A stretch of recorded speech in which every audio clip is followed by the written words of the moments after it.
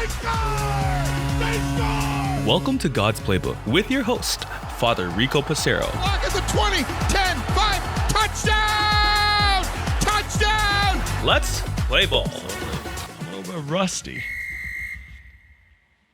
Friends, welcome back to God's Playbook. This weekend we're going to take a break from speaking about the Mass. Today I want to talk about today's gospel, in which Jesus points out the impact of the teacher versus the student.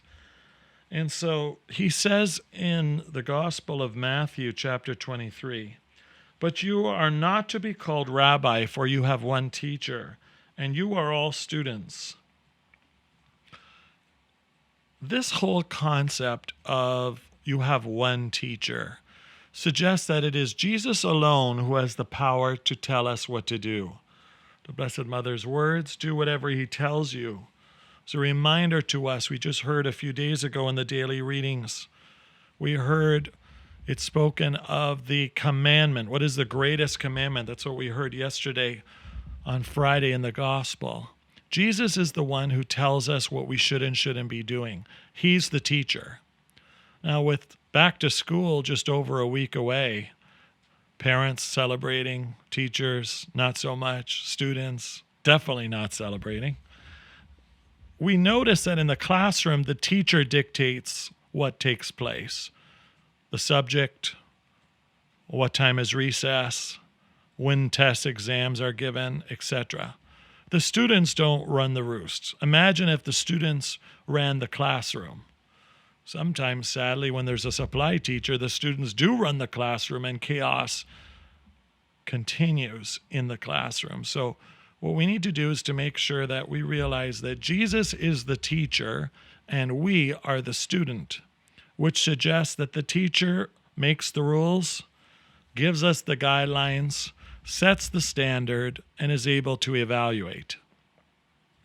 What's the role of the student? The student is there to be respectful to the teacher, to listen to the teacher, abide by the teachings, learn what is being taught, and then apply the learning.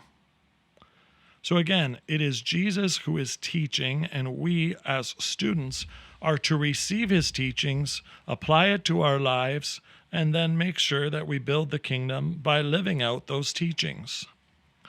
So as Jesus presents this truth to us today, friends, let's ask ourselves the question, am I listening to Christ the teacher? Which are the teachings that I feel I'm mastering so far? And which are the teachings that I need to work harder on? Again, which are the teachings that I feel that I've mastered right now? And which are the teachings that I need to work harder on? And for each of us, that might look very differently. For me, at times, the ability to forgive and pray for my enemies is a challenge. In other ways, caring for the poor and those who are vulnerable, that comes a little bit easier for me. What does it look like for you? Perhaps you fall into the same boat as me. Perhaps you're the exact opposite. The point is, we are to compare ourselves and set the standards that Jesus has set, not what we set as class or we set as student. It's not up to the student to give a final grade. It's up to Jesus. So we also have to realize that we're not called to judge our fellow students. We don't know what their learning capacities are. We don't know how they learn. We don't know what's going on in their lives. So when a fellow student acts out in the classroom, if they have issues at home, the teacher gives them the benefit of the doubt. Whereas to us as student, we might think, well, why can Joey act out? Why does the teacher come hard on me? So again, if we think that others have an easier life than us, we don't know what God has in store for them. We don't know what their capacity is. We don't know what they're able to handle. But St. Teresa says that God never gives us too much than we can handle. So again, let's stop comparing ourselves to fellow students and let's set the standard for ourselves that the teacher has given to us. That's Jesus. Also, students often complain about one another. It's the teacher's job to discipline. same thing. Are we to correct one another? Yes, there is a time and a place for pastoral or fraternal correction. But for the most part, it's not up to me to be telling everyone else how they should and shouldn't be living. We need to align ourselves with the teachings of the master teacher. So teacher versus student.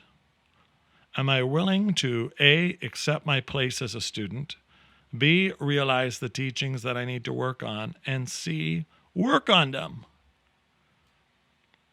What a great faith experience to go through days before the new school year. Teacher versus student. Jesus, help us to abide by your teachings. Help us to recognize our place, and then help us to meet your standards.